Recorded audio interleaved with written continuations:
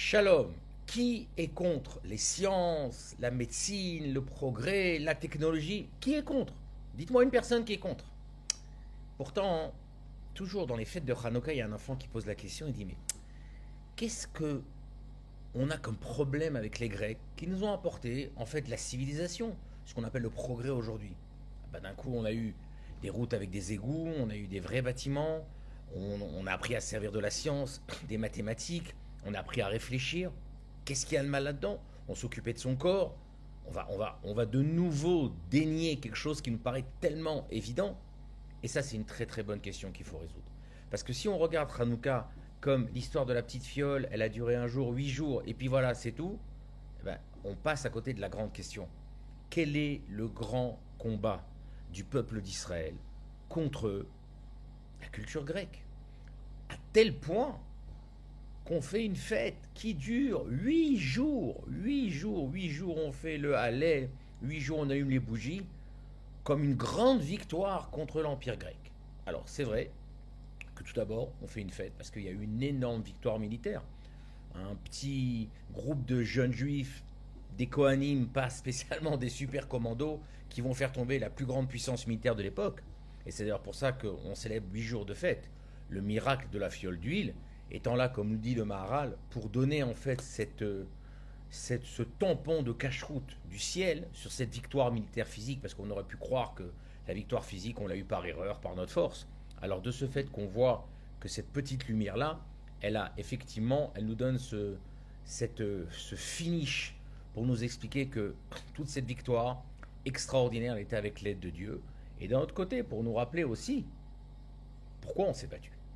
Si la victoire et la mitzvah, elle est sur la lumière, ça veut dire que c'est sur la lumière qu'on s'est battu. On le sait tous, la flamme représente la spiritualité dans toutes les nations. L'âme, c'est quelque chose qu'on ne peut pas palper, c'est quelque chose qu'on ne peut pas attraper. Mais qu'est-ce qu'on a, encore une fois, de tellement difficile contre la culture grecque? Alors regardez, tout d'abord, on va regarder les très bons côtés. Aujourd'hui, ça nous a permis d'améliorer notre vie, d'avoir plus de temps, même du temps d'études. Quand avant on devait travailler 14 heures par jour, vous imaginez quand on rentre à la maison, dans quel état on est. Aujourd'hui on a du temps, on a du temps pour nous, on a du temps pour la famille, on a du temps pour parler aux enfants. Aujourd'hui la médecine, si les gens avant vivaient jusqu'à 60, 70 ans, grâce à Dieu aujourd'hui les gens vivent 85, 90 ans et plus. Donc c'est extraordinaire. Aujourd'hui on sait que on a une avancée technologique qui nous permet vraiment d'avoir un monde plus facile, plus agréable. Et de ce fait, c'est très intéressant. On a aussi ce village global qui nous permet d'apprendre de tout le monde dans la médecine, dans les sciences, dans les arts. Et ça, on ne peut pas le mettre de côté. Alors qu'est-ce qu'il y a de si mal là-dedans? Qu'est-ce qu'il y a de si mal? Regardons l'autre côté. La culture occidentale, d'un autre côté, elle a mis le point sur quelques notions qui sont fondamentalement opposées au peuple d'Israël et à la morale divine comme nous on l'entend et comme nous on est persuadé qu'elle existe et qu'elle traverse le monde depuis des milliers d'années. Quand on met l'homme au centre, ce qu'on appelle l'hédonisme, son plaisir, sa volonté personnelle, en fait qu'est-ce qui va se passer? On va construire notre vie en fonction justement de mon moi. Alors vous allez me dire, ok, on s'occupe de soi, bon, peut-être c'est pas extraordinaire de ne pas s'occuper des autres, mais qu'est-ce qu'il y a à s'occuper de soi? Si moi, je suis au centre de tout, alors très souvent, je vais mettre l'autre de côté dans le meilleur des cas, mais souvent, je vais toucher l'autre. Je vais, on va dire comme ça, enlever quelque chose à l'autre. Pourquoi? Parce que moi, c'est le plus important.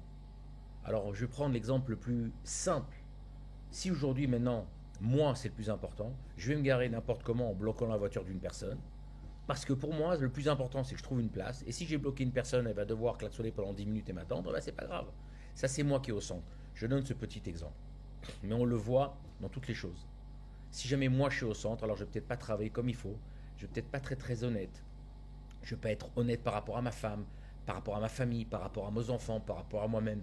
Si moi, je suis le centre du monde, donc automatiquement, je vais pas regarder les choses qui sont autour. Et on le voit dans cette civilisation, où des gens tombent de tellement haut. Pourquoi?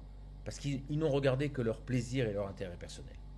L'autre chose qu'on voit, c'est cet extérieur qui gagne l'intérieur. Ça veut dire quoi? L'apparence est plus importante que l'intérieur. On regarde plus ce qui se passe à l'extérieur que ce qui se passe à l'intérieur. Et ça, c'est quelque chose de très très grave. On n'a pas besoin de voir ce qui s'est passé pendant des milliers d'années avec l'Église en Europe, des cathédrales qu'on a mis 100 ans avec des édifices incroyables, et à l'intérieur, celui qui n'a pas lu les livres de Ken Follett, Les Piliers de la Terre, est cordialement invité à le faire. Une horreur d'amoralité dans l'Église, le vol, les interdictions sexuelles, les abus, c'est une horreur. Et tout ça sous le couvert qu'extérieurement, on a des cathédrales magnifiques et juste à côté, on a des gens qu'on ne donne même pas à manger. C'est le côté extérieur qui prime. C'est le côté qu'est-ce que je montre et pas ce que je suis. Et ça, c'est quelque chose de terrible qu'on retrouve très très souvent dans cette culture.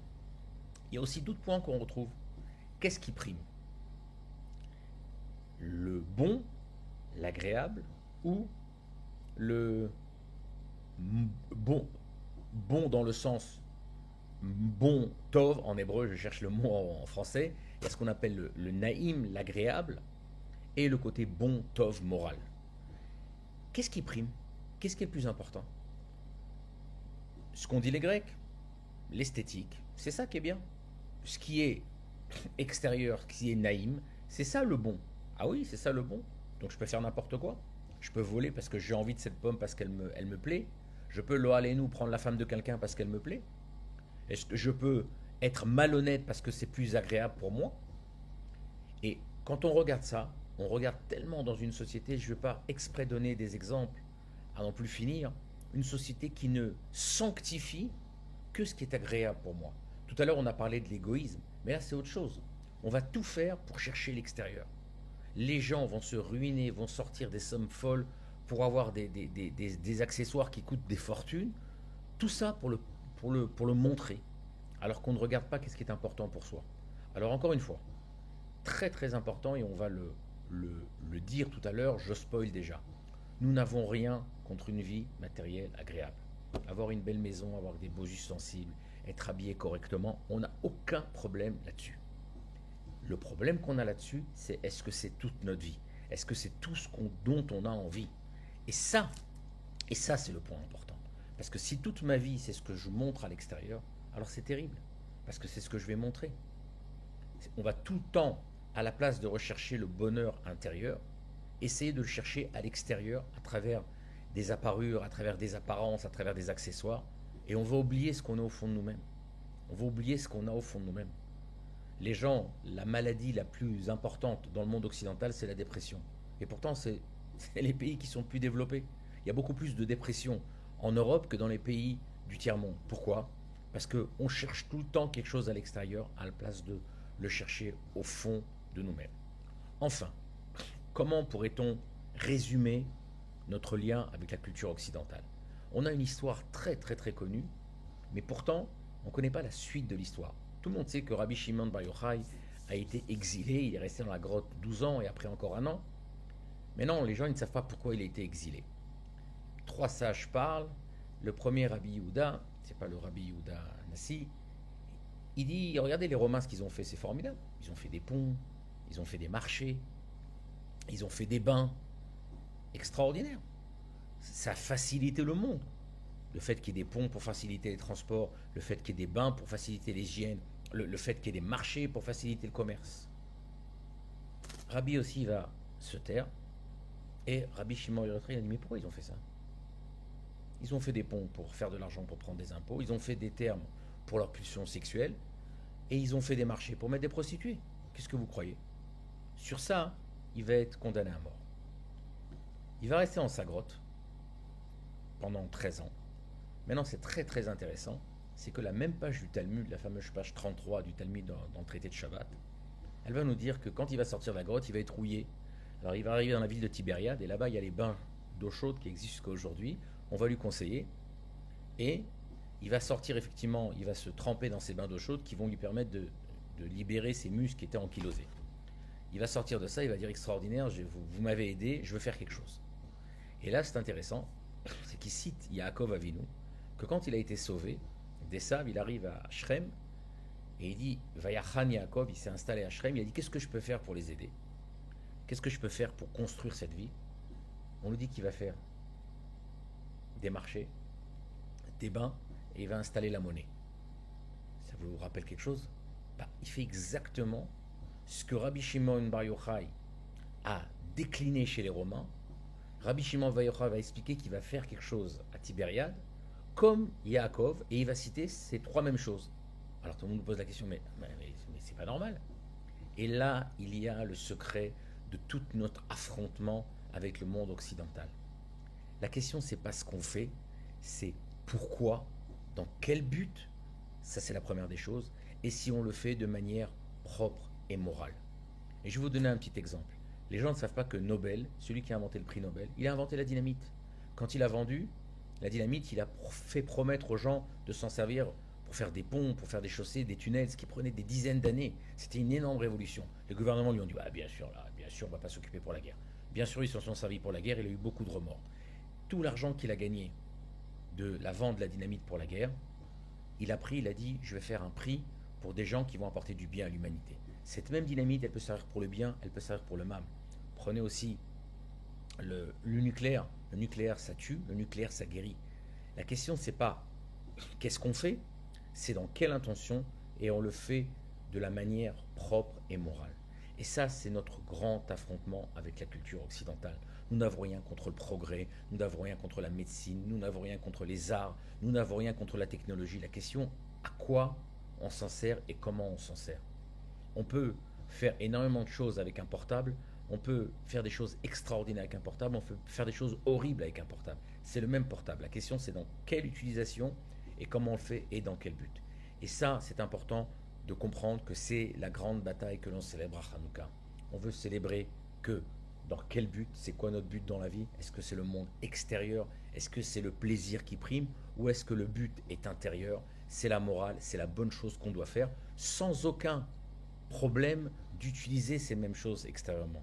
Nos sages nous diront que Chochma Migoim Tikar, les sciences, prend Torah al Tikar. Qu'est-ce que ça veut dire la Torah, la morale? Tout ce qui est extérieur, bien sûr qu'on prend. Et bien sûr qu'on s'en sert et on n'a aucun problème là-dessus. Mais on ne se sert pas de leur morale. La morale, on l'a reçue de manière divine et on l'a propagée depuis des milliers d'années. Aujourd'hui, tout le monde sait qu'on ne doit pas tuer, qu'on ne doit pas voler. Et ils n'ont pas appris d'eux-mêmes, ils l'ont appris de nous-mêmes. Alors vous allez me dire, mais les Grecs aussi étaient très très moraux. Si vous lisez Platon, vous allez être très très très choqué de voir que dans l'état idéal des Grecs, je ne vous parle pas qu'il y avait des esclaves, je ne vous parle pas qu'il y avait d'autres problèmes, il n'y avait pas de femmes attitrées, il y avait un pool, excusez-moi l'expression, de femmes avec des enfants et on pouvait prendre la femme qu'on voulait et puis on se servait des enfants quand on avait besoin.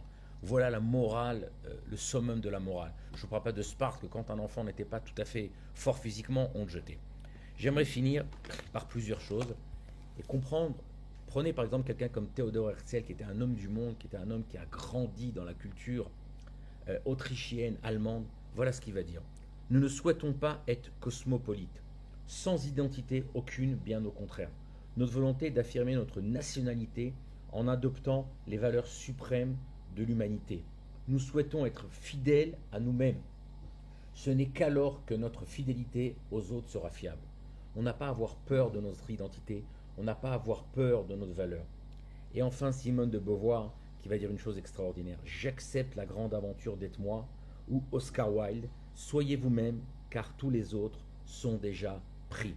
C'est-à-dire qu'on n'a pas honte d'avoir nos valeurs à nous, on n'a pas honte d'avoir nos choses qui nous motivent, cette morale du peuple d'Israël. Bien sûr, on peut toujours continuer à se servir des choses extérieures que l'humanité nous a apportées, comme les Grecs ont représenté, mais ça doit être notre côté extérieur. On doit s'en servir pour un but propre, pour un but cachère, et nous, à ce moment-là, on peut en profiter, et de là, on peut faire ressortir notre morale. Shalom, shalom.